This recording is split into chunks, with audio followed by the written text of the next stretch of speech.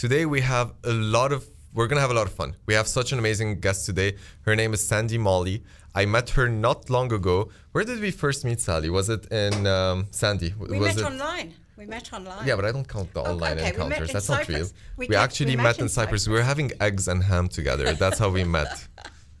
Through eggs and ham.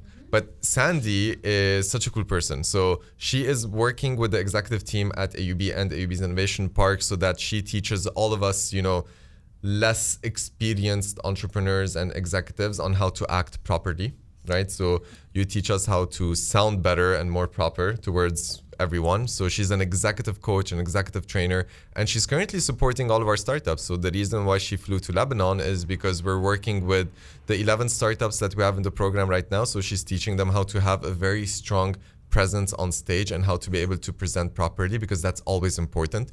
The funny thing, Lara, that I discovered is that the number one fear that people have is not death. That's number two. The number one fear that people have is actually public speaking. Yeah. And the problem with entrepreneurship is that you're always going to be public speaking. You're always going to be on stage. You're always going to be presenting.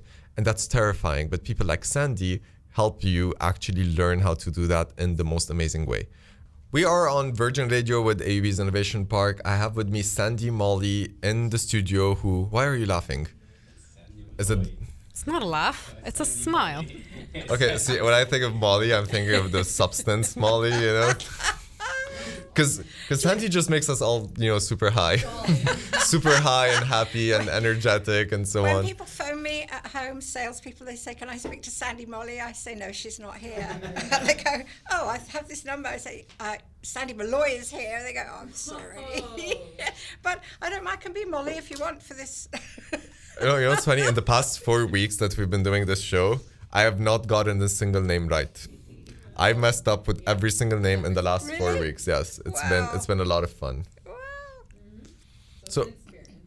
So Sandy, please tell us about yourself. What brings you to our lovely country and our lovely studio? Yeah, I'm glad you said lovely country, because I met the CIO of AUB in Abu Dhabi many years ago. What's a CIO? The Chief Information Officer for Information Technology.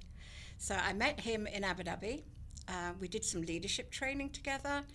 Then I worked with him in New York University. And then he came to Lebanon. And I thought that was the end of our working relationship. So he came to the American University. He came to the American University. And this became his permanent home. It became, he's come home. Because we are the best. Yes, of Better course. Than everyone else. They pay me to say that. Simply the best. Yeah. So around 2016, I got a phone call from Lebanon saying, "Do you want to come and play in Beirut with my team? And let's do some coaching, some leadership." Because I operate also in the world of team dynamics. So how people interact, how they relate to each other. That's what I'm doing at the Innovation Park, is working with the team to look at how they relate to each other. Because they're a startup, aren't they? And they're growing. So you're like a couples counsel, but for corporate, right? Yeah. It's not really counseling. It's much more specific. It's brain-based coaching. And this is how I approached the presentation skills with the startups this week. It's not about the techniques and how you stand and how you look. It's what's inside, what's going on in your brain. Like when they say things, one of them said to me, "I don't think I can add value standing up." So, but you can add value in your life. You're a parent, you're a partner, you're a working person. You have value. We had that conversation in the process, and they stood up, and there it was. There was that sense of identity, purpose, passion, because they've all got purpose and passion. So that's what I try and tap into their sense of purpose. There's a song about passion, isn't there? I mean, Drake has a song called Passion Let's listen Fruit. to Passion. Sure. So Sandy flew in here because she's working with our entrepreneurs and she's working with our executive team to make us all suck a bit less. How are you enjoying the country so far? Oh, that's such a good question. Every time I come here, I introduce myself by saying, "I'm Sandy Molloy. I've been coming here for the last 9 years, 8 years, 7 years, and I love Lebanon." In this order: the people, the food, the country. What do you love about the people? I love their openness.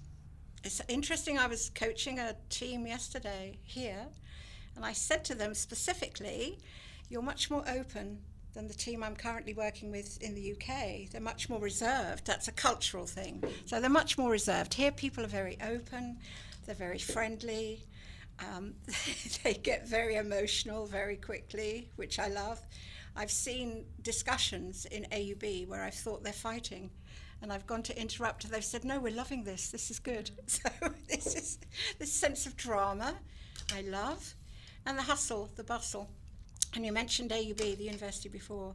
The sense of pride, for me, when I walk through the university, it just fills me with this emotion I can't explain. It's just the pride the students have, the pride everyone in the area has.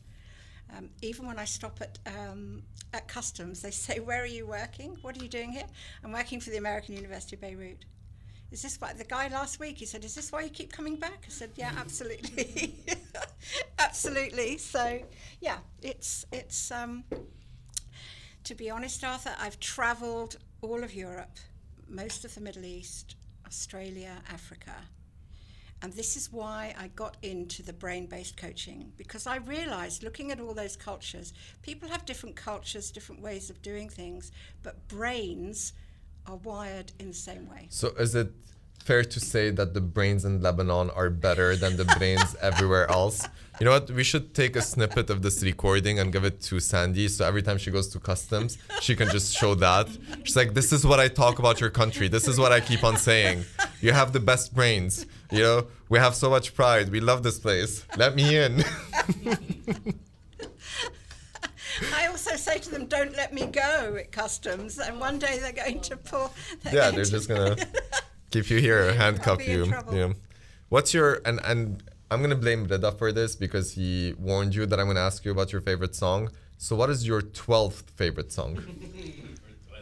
My 12th favorite song could possibly be Change by... Why are you doing this? You're not going to play this. Yeah, we are. We're Is actually it going to Tears play for this Fears? song. Yeah. Love it. Amazing. We're playing that. That's 12. Don't ask me the other 11. No. Don't ask me the other 11. Yeah, I'm going to ask you to name them backwards. This is story time on Innovation Park with AUB. Sandy, you had a story you wanted to tell us in the break, and then I was like, no, stop talking, because we love your stories. Everyone needs to hear your stories. Okay. Except that one story.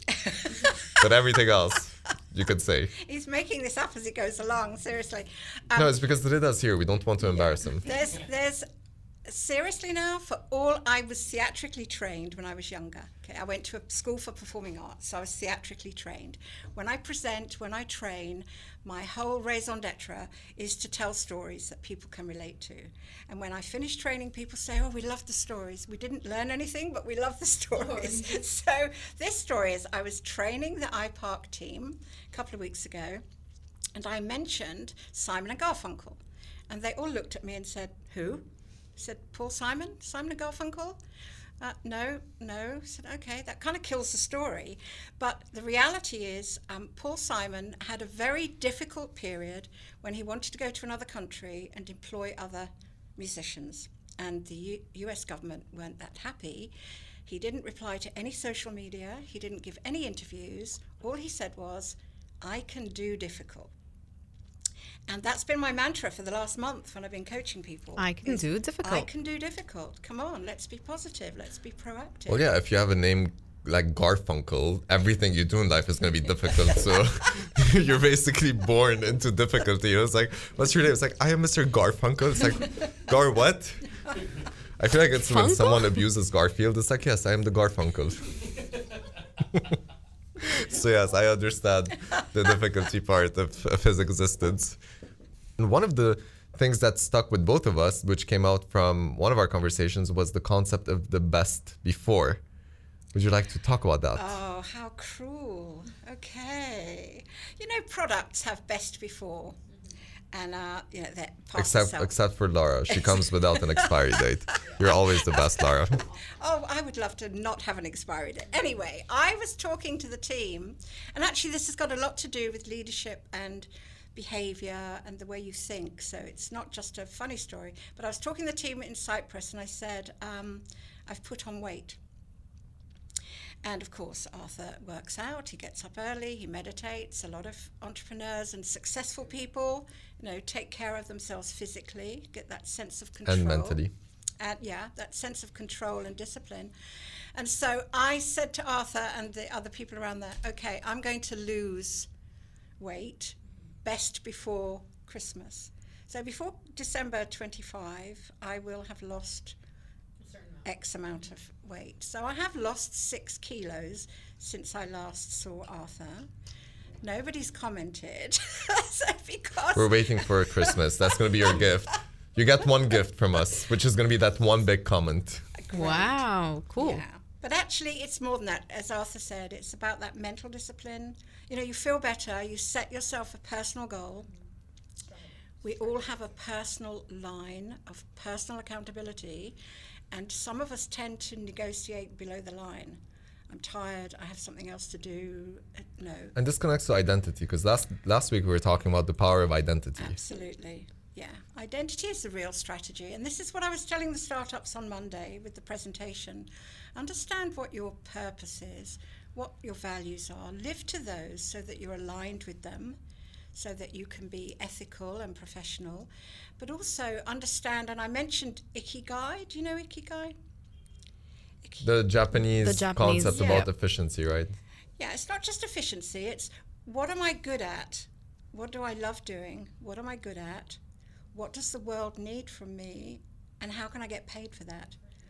And it's a great philosophy, but the first 2 things are really important because sometimes we love things but we're not good at them.